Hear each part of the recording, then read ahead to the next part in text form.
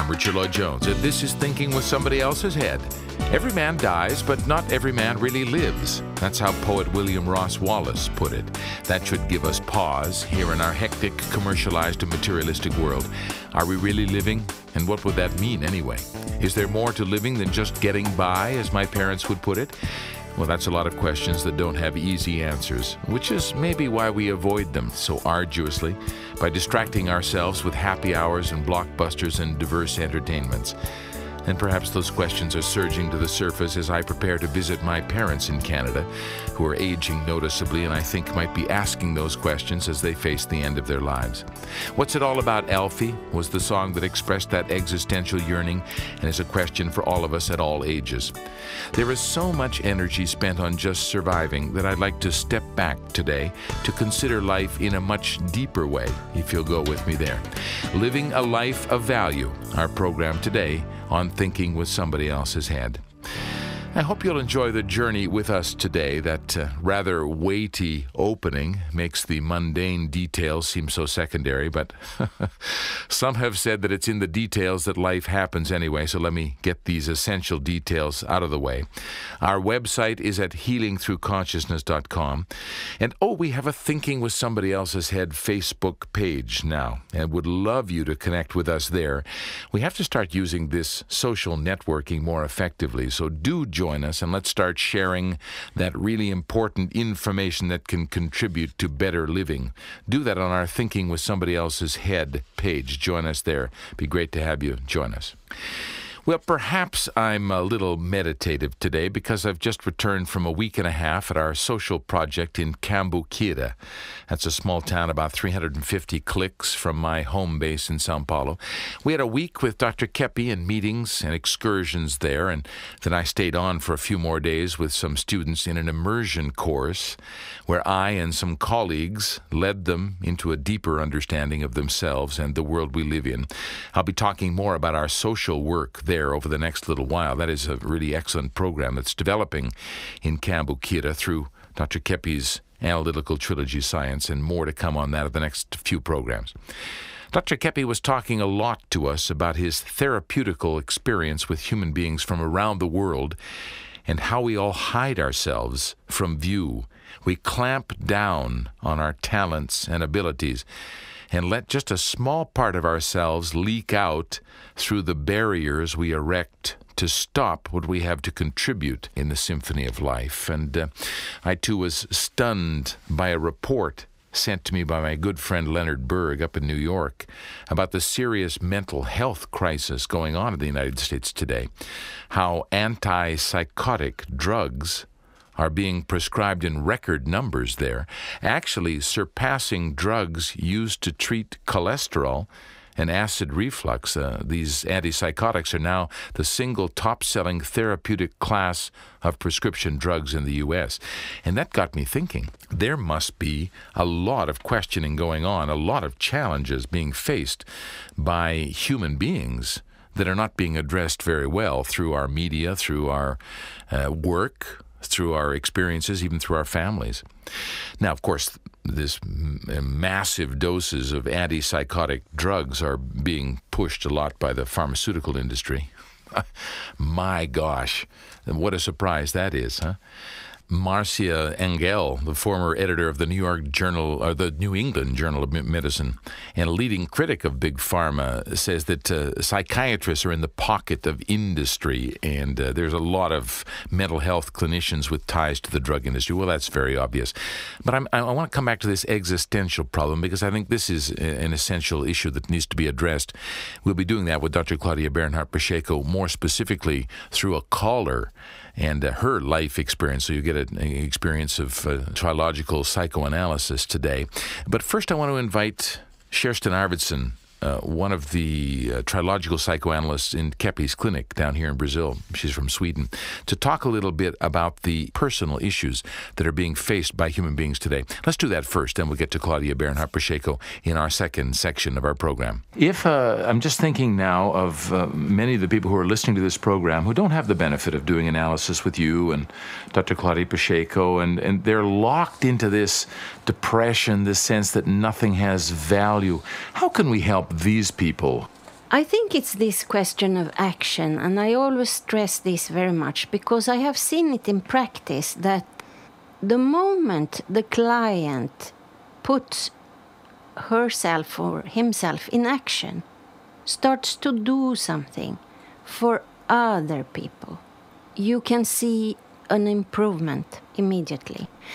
One example, there was one lady. She was very depressed and anguished and had been so for a long, long time. And she started analysis, and she was analyzing many things in her life and the question of envy and projection and inversion and so on. But one day she said to me, "Do you know what I did? I put a note in the newspaper that I am going to start to do sewing work, because I did it earlier in my life, and I'm going to offer my service so people can give clothes to me that I can mend and sew." And from that point on, I could really see a big difference, because she had accepted to put herself in action and to do something for other people. She had understood that she was not losing time by working and doing something, putting herself in action. She was gaining time. She was gaining health and more balance and happiness. And this was so obvious. It's so interesting to me that the action of helping others is what links us to this eternal energy that you were talking about at the very beginning. This is the inner force that we have that resonates with this universal force. It comes from helping, from trying to make an effort to do something for society, for other people. Do you have some more examples from your clinical analysis, Kerstin, of this narcissism and how it blocks us from this inner life that you're talking about so well today? Yeah, there is one other example. It's also from a work situation. This is a person that works in a hospital. And she started her session saying that she was so depressed and she felt so down and lousy in many ways. And then I asked her to tell what was happening in her life. And she brought up this situation in her workplace. And she said that, my colleagues, they don't care about the patients. They don't take good care of them. And she was explaining this. And I asked her, what do you associate your colleagues' attitudes with? And she said, nonchalance and lack of willingness to help and laziness. And then she said also that she sees them so very low level. And then she continued to talk about herself, and she demonstrated clearly that she sees herself very high above the others and very capable and so on. But the main point again was that when she was speaking about her working situation, she was only talking about herself and what the difficulties for herself. So what did she say? She said that she had exactly this attitude that she saw in her colleagues, that she didn't want to see in herself, that she was only very narcissistic and self-centered and concentrated in herself and not at all interested in helping the patients. Yeah, she was in fact, because she didn't want to see, she was censoring this consciousness, she's projecting it out into the other people, right? Who may also have these difficulties. Of course. But that's not the question, is it? Exactly. And when she saw this, she immediately admitted that she is very self-centered and egocentric in her work. You said to me in your notes that you sent me that all illness has to do with some lie, with some dishonesty. This must be this not wanting to see that you're talking about, right? Is this the basis of what you're talking about here? Yes, it's the projection that we do on other people. And this is a dishonesty. Because, of course, the other people can have this difficulty, like in this last example. But it's not the fact that they might have some of these difficulties that this client is feeling so bad and depressed. So you see, the core of the whole situation there is a dishonesty that she has.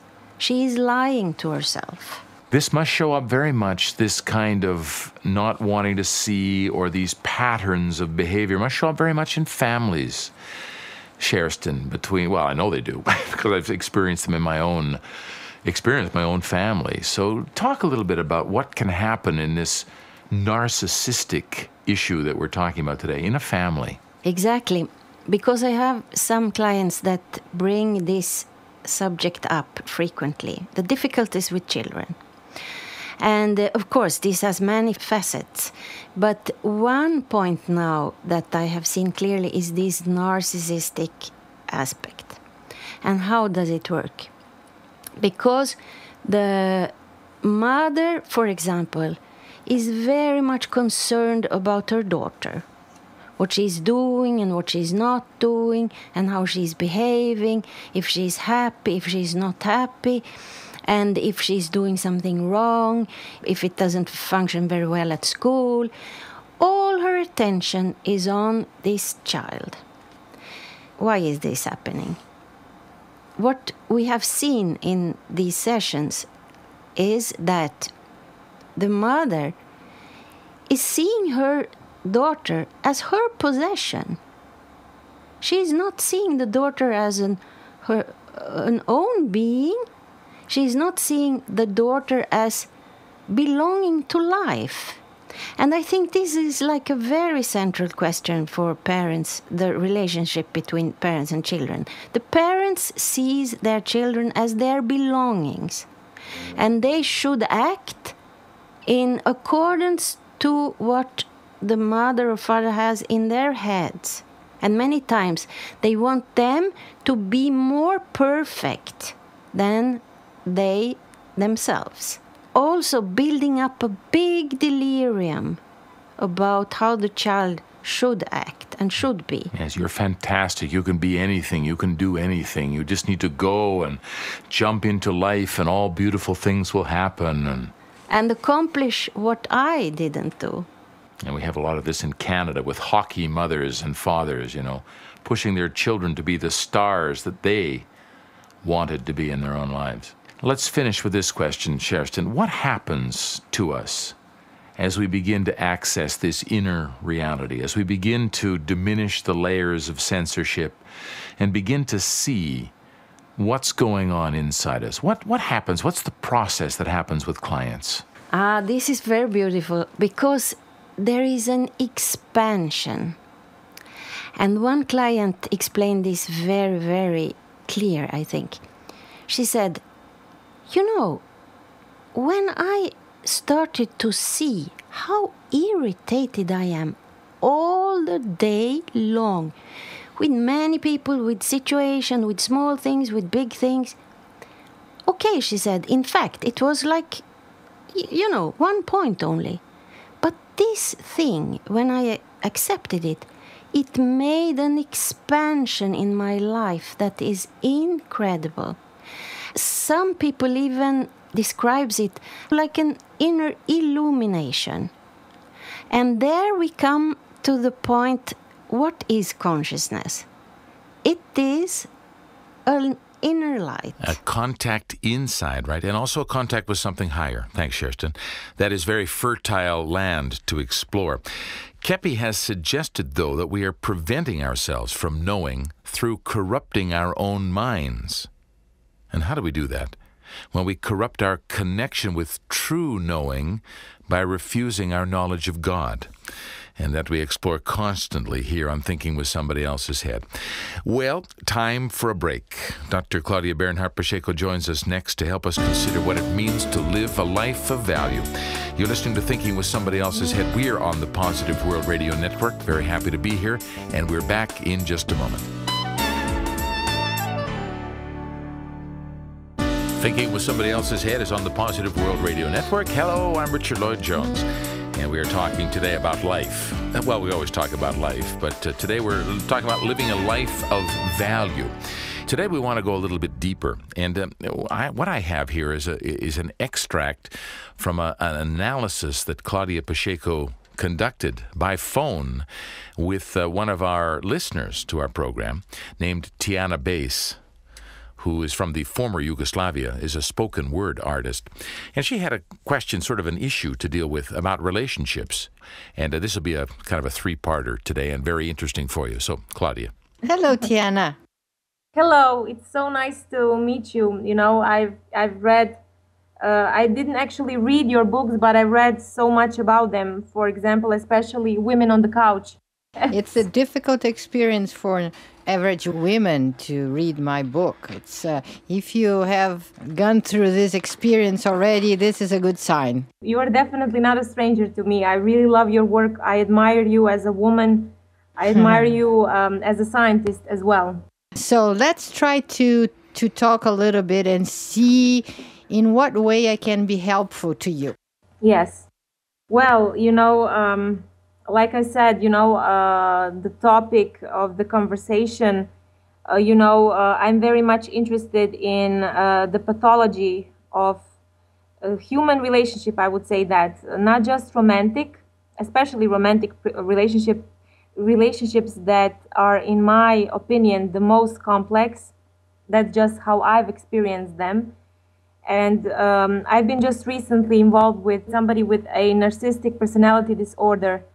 And, you know, I seem to involve myself in these emotionally abusive relationships. Could you tell a little bit of how did you meet this person? How did you start this relationship? How was the relationship? Speak more about this. Are you still in the relationship? No, thank God I'm not. Okay, so tell me more. Yes, I'm out of this relationship, but before this, there was the other one, and before the other one, there was that one, you know? Yes, but in order to understand better how this works, it would be important to give more practical information. It doesn't matter that it is the first or the last or... Well, you know, like I say, you know, I don't know about which relationship to talk exactly. I just know how they all have this similar pattern of behavior, you know, between, you know, playing the role of a victim, but very much consciously. I feel like I know what's going on. I feel like I can define it. Like I say, I don't know how objectively I can speak for myself. But, you know, and I still go on head through the wall, basically playing the victim and just, I guess, the fear of abandonment, you know, which is crucial here, like fear of if I will, you know, stop this kind of relationship, that, you know, he will just, you know, not be there anymore. But Tiana, maybe it's good, Richard here, maybe it's good for you just to talk a little bit about what happened. What are some practical examples of what happened in this relationship, this most recent relationship?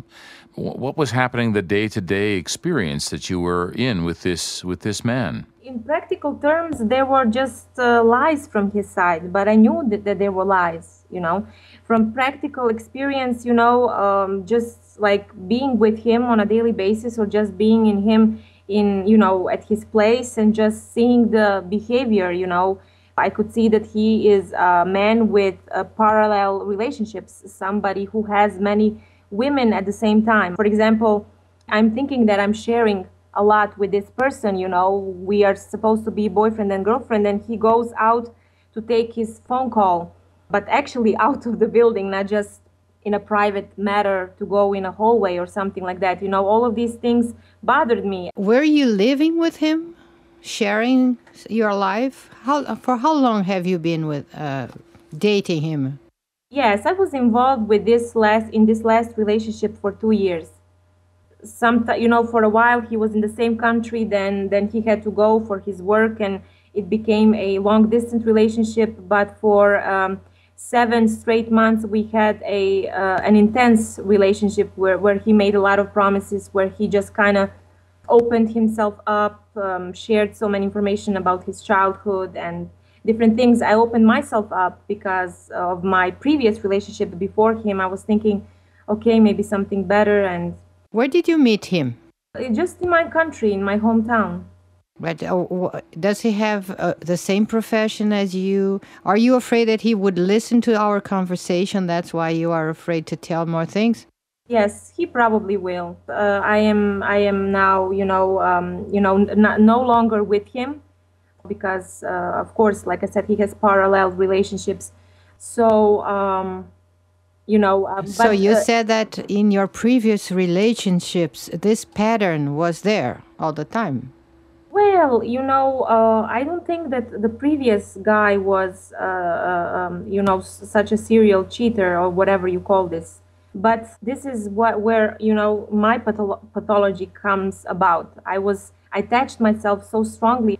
I was thinking, no, no, no, I will change this person or something like that. I don't know. My love will change him. He had again somebody with a terrible, childhood and things like this. We will love each other and it will get better, And this is the pattern, always.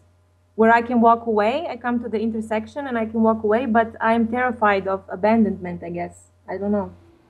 So, Tiana, the way we approach any therapy, any situation, is through the process of interiorization. Yes. This is the way we approach the situation. So in order for you to understand better why you felt always attracted to this kind of situations and this kind of man, it is important to see in what way do you resonate with them. So what inside of you makes you feel attracted to those men. So that's why it is now important if you would give a free association with this ex-boyfriend, his attitudes. Would you give in 1, 2, 3 words, like, what do you associate him with? I associate him with lying, with manipulation, and with fear.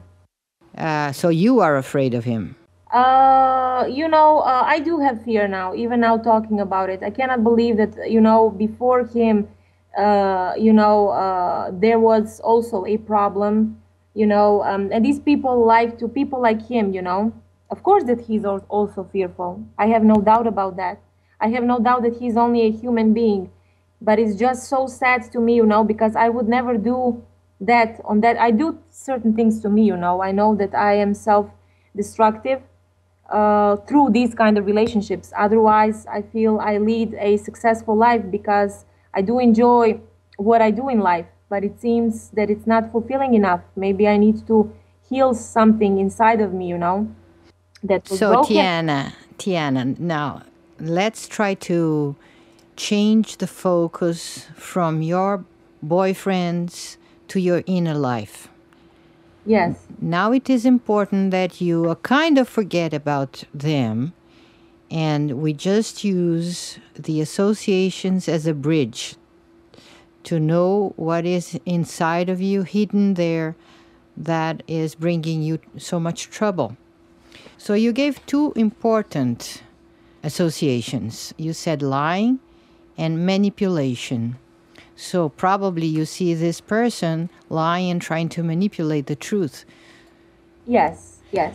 So this is the consciousness of an attitude that you, Tiana, has with your own inner life, with your own consciousness.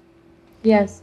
That you have the tendency to lie to yourself, to create illusions, to manipulate the truth and reality in order to make it look like you would like it to be.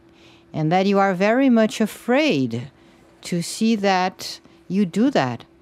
That you are afraid of focusing the true reality that you know, and that you lie to yourself. And even about man, about other things, you lie to yourself. You try to manipulate your perceptions, your perception of reality, so things would turn out to be what you would like them to be and not what they really are, and that you deep down you know they are. So I very much know that. I feel Like, it's nothing new what you told me. This is the biggest fear. The biggest fear is this, that like I said, I don't know. I'm not perfect. I'm not God. I don't, but this is the biggest fear. It cannot be yet another such a bad story, but it happened. This is what is kind of scary, that even though with information, I can only maybe make an excuse here to say, okay, everything is just inversion, what you guys at analytical trilogy call, maybe I'm just inverted, I don't know. Well, you are inverted because you think that the truth will hurt you, and that lying and illusions and manipulating the reality is good for you, will be less painful.